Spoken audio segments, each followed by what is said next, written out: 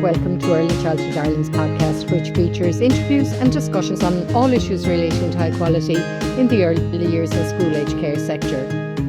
In our episodes, we have a range of speakers who are leaders in the areas that matter to Early Childhood Ireland members. This podcast series is proudly supported by Aricus Insurance, which offers a comprehensive range of cover at discounted premiums for both business and personal insurance products. So visit www.aricus.ie for more information. I'm Maura Corbett and I work with Early Childhood Ireland. Child safeguarding is a central component of Early Childhood Ireland's strategic plan, and it's been a fundamental aspect of our work for many years. Members will know that we regularly shine a light on child safeguarding, having conducted research with our members a couple of years ago. We've highlighted that safeguarding goes way beyond child protection. It's everybody's responsibility. We know that Garda Vetting is just one aspect of child safeguarding. Effective, thorough recruitment processes, including reference checks, are also key to ensuring that everyone working in a setting is a suitable person for their role, along with ongoing support in whatever role a person is employed in. Since 2007, we've been working with Garda Síochána's National Vetting Bureau, supporting the role they play in Garda Vetting, implementing the legislation that enables this aspect of child safeguarding to be carried out.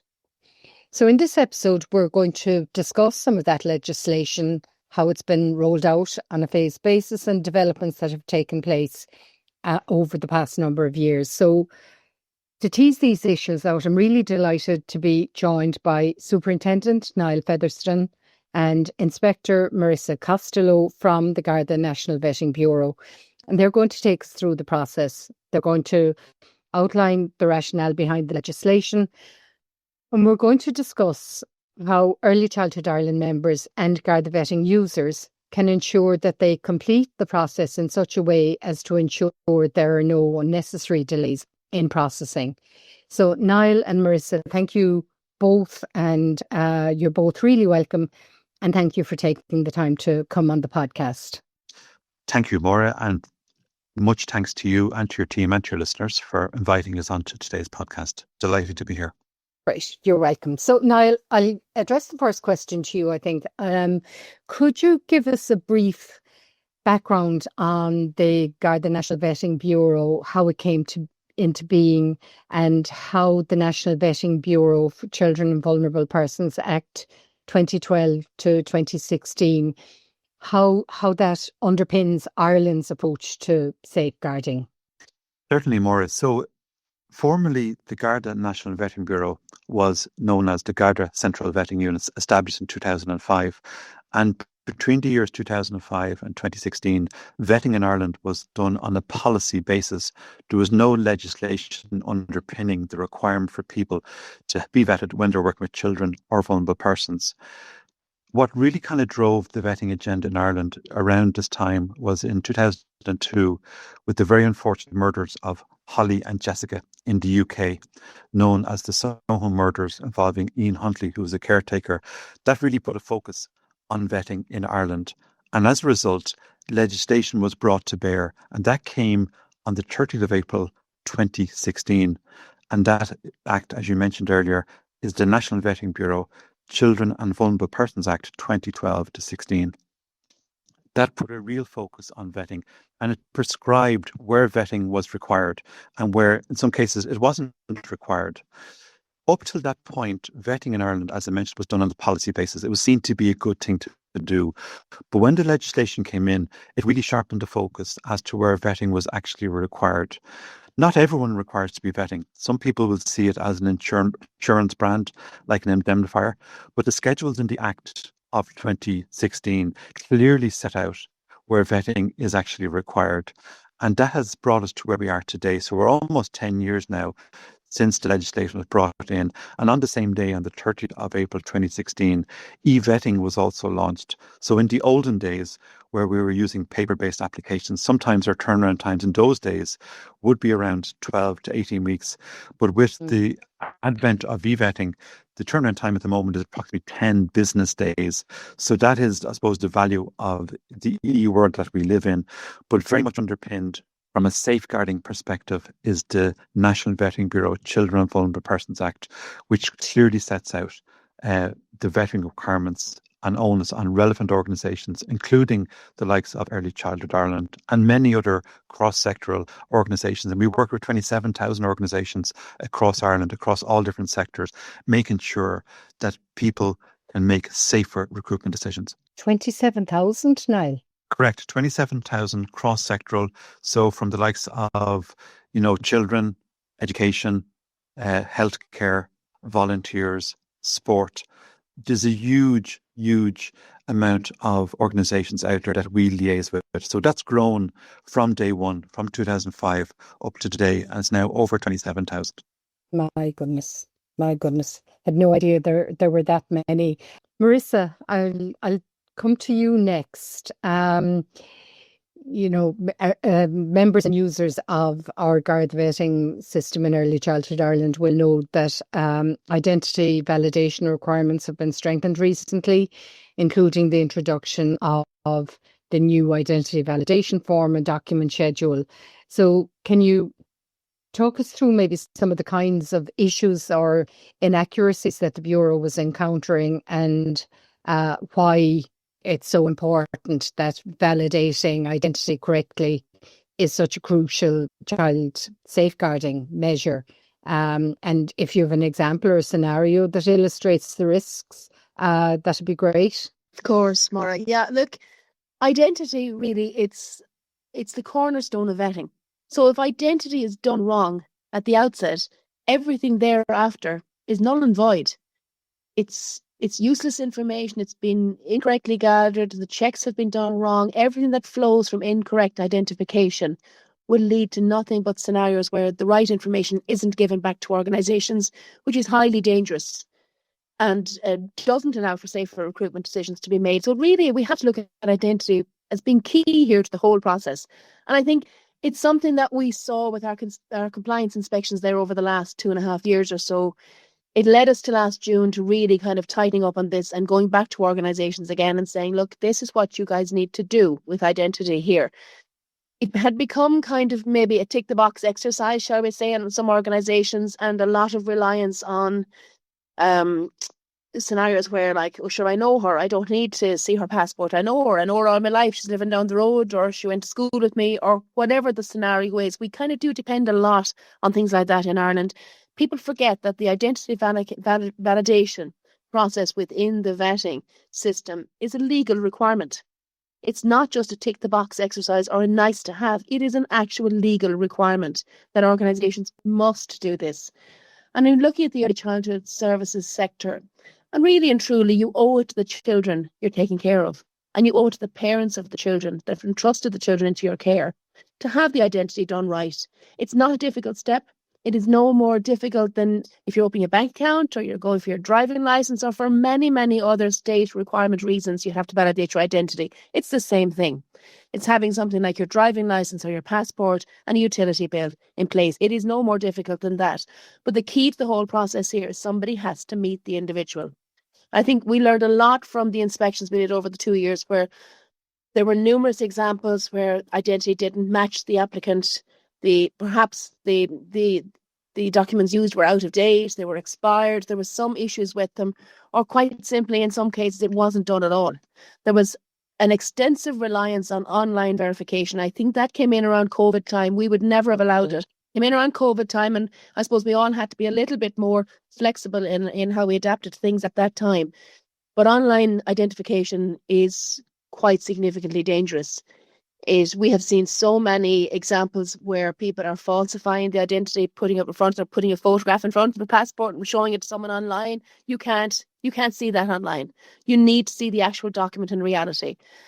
And as I said, if we're really serious about child protection, and if the sector is serious about it, it is not a difficult step. It is a requirement that somebody meets the individual, somebody takes note of their passport or their driving license, whatever it is, or whatever document they're producing, to ensure that the person applying is actually the person that you're validating here. Because, as I said earlier, it's the cornerstone of everything. And if it's done wrong at the outset, everything that emanates from that is flawed. Like, we have to make sure that there is a clear, reliable link between the documents and the person, so we're able to say afterwards, in the event of anything happening, and unfortunately, Maura, things do happen. And there are situations outside there across the 27,000 organisations where things have gone wrong. And everything goes back then to how the identification was done in the first place. That's why we introduced the validation document and the identity documentation there, the validation document, I should call it. That's why we introduced that for it, because we're finding outside that there was no reliable link between the liaison persons in Early Childhood Ireland and the creches, and that's across all the sectors, not just in the early childhood services, to say that the person that met it has seen this document and this is what they verified the identity on. So the identity validation document that's in place now, we're actually getting very positive feedback on that, because it's a ready reckoner for the organisation themselves and for Early Childhood Ireland, the liaison persons, that this person has seen this document. This person is signing off and certifying that I have seen this document, I've seen this utility bill, I'm verifying that this is the person standing in front of me. It's a safeguard for everybody. It's something we're getting very, very positive feedback on. It's, as I said, not a difficult thing to bring in any organisation, and particularly in the like your services sector. It tends to be very local. You're not, each creche or sector or centre is not dealing with somebody across the entirety of the nation. It tends to be very localised in your sector, and it's something that can be done. But if vetting will break down if identity isn't done correctly, and it's something we really do spend a lot of time on with organisations, and we've really strengthened our parameters here, and our compliance inspectors are very much looking at this. You'll find your sector outside are regularly getting applications pulled as they come into the system. They're done at random dip sampling. We go back and we insist on getting the identification documents behind the application to know that's been done right. We're going back, we're doing inspections, we're giving actions logs to organisations where they're not doing this correctly. And unfortunately, if system breakdown persists in an organisation, we have to step in from a compliance perspective here and do something about that. Everything we do here is for child protection and vulnerable person safeguarding. That is our cornerstone of everything we do. I'm here since 2005 myself, and every single action we've taken over those years has been to better that process. You've got to remember that we're looking at the entirety of the nation. We're looking at 27,000 organisations, and we are seeing where things go wrong. So we're using those lessons learned to try and assist other organisations to make sure it doesn't happen then. So we're seeing a loophole, we're seeing a risk, we're seeing a gap. We're in there to try and close that gap and make sure this doesn't happen to anybody else. We will always, our cornerstone, what we say here ourselves is that we will never put system convenience above child protection. If it's the right thing to do, it's the right thing to do. Identifying somebody properly is a legal requirement. It must be done right. We have had situations where we've seen, unfortunately, things breaking down. One of the ones that particularly come to mind is a very unfortunate situation where a patient was sexually assaulted by an individual.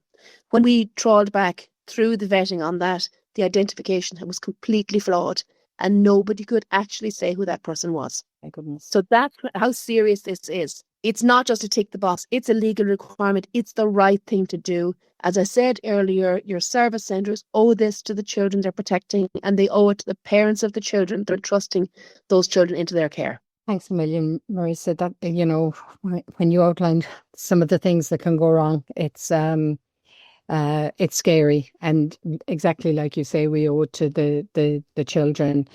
Niall, I mentioned there at the start about vetting being part of a bigger picture. Can you take me through some of your thoughts about how Garda Vetting fits within that broader national child safeguarding, and why it's a cornerstone, like you've said, of child protection? Certainly, Maura. So we have a saying here in the Garda National Vetting Bureau, and when we deliver our liaison person training to our organisations, we have a particular slide, and the slide talks about vetting is only one piece of the jigsaw. And it is. So when an organisation is asking someone to work for them or to volunteer for them, they may have other information outside of vetting, such as a CV. They may have interviewed a person. Garda Vetting will assist the organisation in making a safer recruitment decision. It will provide up-to-date information to the organisation as to whether that person has previous convictions, court cases pending, or in some cases, an item called specified information, which is an allegation not a conviction, but an allegation of harm. So that information that goes directly to the likes of an organisation such as ECI, that will assist them in making that recruitment decision. But they will have other information. So vetting doesn't solve all the problems, but it certainly will add to the menu that an organisation can consider when they're looking to hire a person for a job, or in other sectors, if a person is volunteering. And to reassure ECI and to reassure your listeners, in general terms, 97% of vetting disclosures that are issued by the Garda National Vetting Bureau to organisations will contain no convictions and no special information and no court cases pending. But it's the other 2 and a bit percent, 2.8% to be exact, will have something. And it's that something that the organisation will take on board when they're deciding within their risk assessment matrix, should I take this person on? So depending on the sector and your sector, your threshold is going to be high. You'll have an approach that will be, like ourselves, professional. You'll be assessing the person to think, look, this person has previous convictions that don't fit in with our professional standards. And it may not be a person you want to take on board. So I suppose to summarise, organisations certainly do find that getting a vetting disclosure from the Garda National Vetting Bureau before someone's placed into a role where they're working with children will certainly assist them in making a safer recruitment decision. And like you say, not all disclosures that come up may be relevant. And also, am I right that some that they might expire after a certain length of time? So, if you're in your mid-40s and you had a speeding conviction from when you were a teenager, that's considered no longer relevant. Am I right in that? Yeah, so there are some exceptions, and it's known as the spent convictions legislation, which came in 2016. And essentially, that's an amendment to the 2012 Act. And that sets out the various types of offences, I should say, which would be deemed spent after, say, 7 years. But again, organisations, when they're considering a person who's joining them, they'll get the most up-to-date information from us. So if it is spent, you won't receive that information. So it makes it kind of clearer for you. And again, you've raised actually another issue there that I think is important to say. The word disclosure kind of infers there's something to disclose. But in a lot of cases, 97.2% of cases, there's actually nothing to disclose. It's the other 2.8% of cases that you need to be concerned about. So disclosure, I suppose a better word for that would be an outcome. But in the legislation, it's deemed to be a disclosure. But again, most disclosures have nothing to disclose. Okay. Organisations then can kind of make their mind up to know if they, what to do once they have the full information. Marisa, I might come to you next on this question.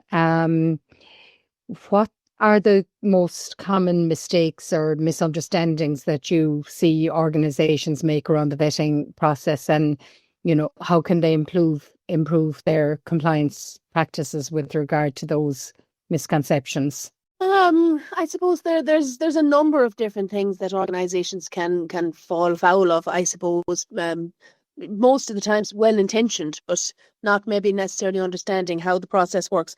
There's a couple of things like one of the things we would see is that we hear all the time that vetting takes forever. It takes months and months to get through the system. That's not actually true. At the moment, our current turnaround time is 9 to 10 working days for applications, but our turnaround time starts from the time we get the application. A lot can go on before that time frame, and sometimes that's the misconception of organisations is that the vetting is taking forever, but a lot of the times it's at the hands of the individual or the organisation sending it into us. An individual has 30 days to fill up an application. Some people will fill it up the minute they get it. Other people will wait to the 11th hour and fill it up on the 29th day and send it in. It may then sit in an organisation, a relevant organisation with the liaison persons for a couple of days for one reason or another. So all of that could end up with nearly 40 days before the GNVB ever gets its hands on an application. So most of ours will go through, about 85% will go through in 9 to 10 working days. There will be some that take that little bit longer because that's just the natural process of things, where we have vague identities or we don't have a lot of very clear address details going back over the years. Those applications will just take longer because it opens up the worlds of possible matches to us. And that's a longer process for us to do. We might have to verify the identity outside. We might have to conduct checks with somebody else. There are different reasons that we could be holding on to an application. Not always a bad reason, but sometimes we're just ruling out something. So those are the kind of misconceptions around it, that vetting takes forever. It doesn't. Vetting is actually a very straightforward process. One of the things we introduced earlier this year was when somebody applies for vetting, they get an email back with all of the details they've entered. So their entire history of addresses and everything is captured there for them. So when they're doing it the next time, they have all that information to hand. It was something we kind of got a lot of complaints on over the years, or kind of queries around, could we improve that for people just to make it a bit easier. So we're all the time working to try and see how we can make this more convenient for organisations and easier for the public to engage with, because it is a very, very valuable service. And it's sometimes, I think it has the misconception of being cumbersome, where it actually isn't. It's quite a very straightforward process if every actor plays their part when they're supposed to play it and does it the way they're supposed to do it. One of the other things we'd see in organisations, and this is a particular issue where I think it came from the point of policy in organisations, that I have to vet everybody because my board tells me I have to vet them, or our policy is that we vet everybody. Organisations can't vet everybody. The early childhood services sector is one of the ones that's part of, say, Schedule 1 of the Act. It's part 1 of Schedule 1 of the Act. So it's a location-based vetting, which actually gives the services much more access and a much wider breadth of vetting than a lot of other organisations that would be under our wings here for vetting, because it is location-based. And you're looking at somebody who's their main part of their work is necessary and regular access to or contact with children.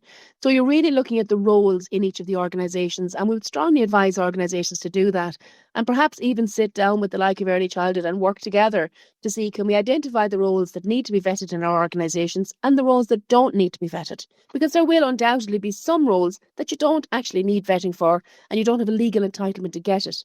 So if you look at maybe a caretaker, I'm going to say caretaker now just to put it in your sector to see somebody that would be familiar to your type of services. You have to get maybe a large early childhood provider and they've got a caretaker coming in. If that caretaker is coming in during the day, that's their job. They have to come in to do things during the day. It's essential. It's a necessary and regular part of their work that what they're doing gives them access to and contact with children. Then that person needs to be vetted. But if you have a caretaker that maybe only comes in at the weekends or only comes in after hours and the children are gone home, that person no longer needs vetting, because the necessary and regular part of their work doesn't mainly consist of them having access to or contact with children. So we have to examine each role individually. And where we would see a lot of organisations falling into the mistake or the misbelief that they should vet perhaps the board of directors or the CEO or the financial administrator, roles like that coming into us, there's nowhere in the Act that you can vet a CEO. There is nowhere in the Act you can vet a board of directors. There is nowhere in the Act you can vet a data analyst, a financial controller, anything like that. But if you peel back the layers a little bit here and look at it, maybe your CEO is also the person who's the stand-in supervisor when someone goes sick or someone doesn't turn up. Then you're vetting them to be a supervisor of children. That's their role. That's what you're vetting them for, not to be a CEO. So incorrect labelling can do a lot of harm to organisations. Vetting somebody to be on a board of directors, there is no legislation under our Act that allows for that. But maybe somebody in the board of directors is assigned the position of coming in and inspecting every week or every 2 weeks, coming in when the children are there. It's part of their role as the board of director. Then that's what you're vetting them for. You're vetting them to be the person that comes in to inspect the services on behalf of the board of management, and they have to do it while the children are present. So if you see where I'm coming from there, it's not the title. You don't get vetted to be the CEO, but you might be vetted to be a supervisor, or you might be vetted to be an SNA, or whatever it is that you also do as part of your role. So titling and labelling is something that organisations can fall foul of. Through well-meaning, well-intending, just not realising that when we get that in, we can only vet somebody if it qualifies under the Act, because we're looking at very sensitive personal information, particularly around specified information, which very much hinges on the role the person is playing and the part that they're actually applying for. So we have to be sure that that's correct. So that's a lot of them, really. That's where they really fall foul, is around the labelling and the titling of something. And they're getting it rejected by us because they haven't actually peeled it back to say, well, okay, they're on the board of directors, but I'm not vetting them for that. I'm vetting them to be a supervisor or a standing childcare assistant. Whatever it is, that's the label you actually vet them for. Another one we'd see with us, and we get it all the time, is that people seem to believe outside that the Garda National Vetting Bureau makes the decision on suitability.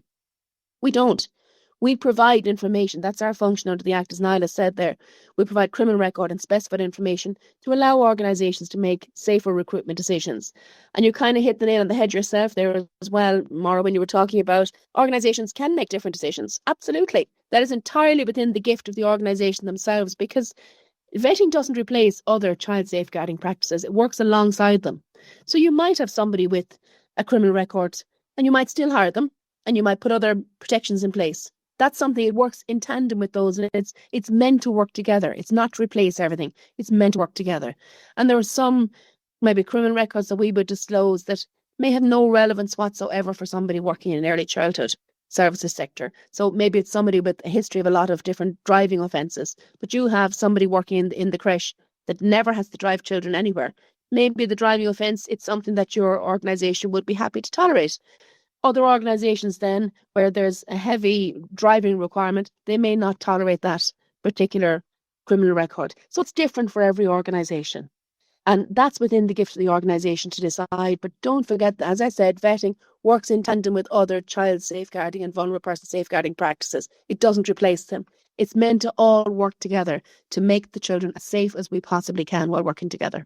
So going back to the board of directors kind of situation, if you have somebody on your board who's a music teacher, that's irrelevant unless they're coming in to do music activities with the children, for example. Well, if you have someone on your board of directors who's a music teacher, you can't vet them to be on the board of directors because that's not relevant work. So you're looking to do what work do they do? If that person's a music teacher with children, so maybe they're coming into the early services to do piano lessons or whatever it is that they're doing with the children inside, then you're vetting them to be the provision of music education to children. That's what you're vetting them for, not the board of management. Not their board role. So Marisa, just going back a little bit there to when you mentioned about the vetting times, the ECRIS process has added another layer to that. Am I right? Can you take us through the impact that the very welcome and necessary ECRIS system has added to the vetting times? Yes, Maura, we were delighted to be able to introduce the ability for us to check for persons working with children with our EU counterparts and with the UK. That came into play for us in July of this year. Now, we were very clear with organisations when we met them all in June that this does actually add some turnaround time to it, and that's outside of our control. The ECRIS system it's a system of interconnected central authorities, really, throughout each of the 27 EU member states and the UK, who maintained access to it post-Brexit. And the turnaround time for each of those member states is 10 working days. And for the UK, it's 20 working days. These are the statutory ones there. They're in place across all of Europe, so we've no control over that. But it is a really vital piece of information, something we were so excited to see coming in. We're doing it under the EU Directive 93 around child protection and child exploitation and protecting children from sexual abuse.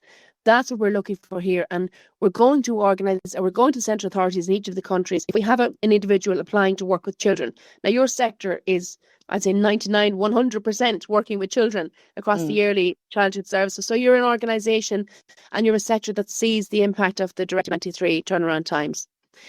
When you have somebody working with children and they've lived in, say, Spain or France or wherever it is, we will go to the Spanish, the French, the Germans, whoever it is, and ask them, has this person any convictions over there? They are obliged to give us sexual convictions. We have had some scary situations where we are getting returns from countries that we wouldn't have previously got before. So this is hugely valuable information. Again, the vast majority are going to come back with all clear. They're going to come back with nothing on them. But even if we're only getting a small amount, is hugely valuable to try and ensure that those people are recognised and the organisations are made aware that they're carrying these convictions in from another country. We wouldn't have known about these before. unless they were Irish citizens, we'd have them on our records here.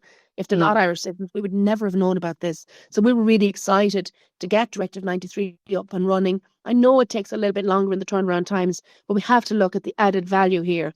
And we have to look at the cementing of the safeguarding of children, which, as I said before, we all work towards that. That's something we do. We live, eat and breathe this every day of the week. So we're hugely excited to see this coming on board. Yes, there's a little bit of an extra in the turnaround times, but if you're getting valuable information out of that and you're protecting even one child in your care, it is worth it. For sure. It is indeed very, very, very welcome. So, Marisa, is there anything you'd like to add that I didn't touch on before we wrap up? I don't think so, Mara. I think we've pretty much covered everything that I can for the point of view of the podcast. Okay. I would. Niall? Yeah, listen, a couple of things. First of all, thanks very much to you, Maura, and your team there in ECI for inviting us onto the podcast. We're delighted to be here this morning, myself and Marisa. There's a lot of information out there about vetting. We would encourage people to listen to this podcast and the other episodes, which are excellent. But again, for myself, I would just like to thank you very much. And I wish you and your listeners all the very best. And from me, Maura, a big thank you and a huge thank you to Early Childhood for facilitating this and allowing us the access to be able to get out and talk to your members. It's an engagement we very much welcome. That's great. Thank you. And thank you so much to both of you.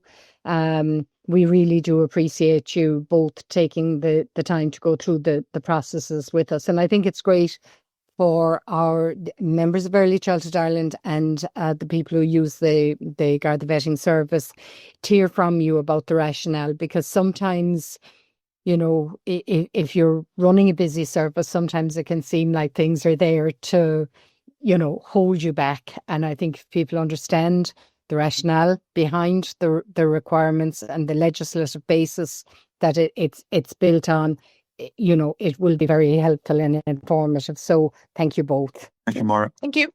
And thank you for listening to this episode of Early Childhood Ireland's podcast, which is proudly supported by Ericus Insurance. If you enjoyed it, please subscribe and spread the word to your friends and colleagues, and stay tuned for our next episode.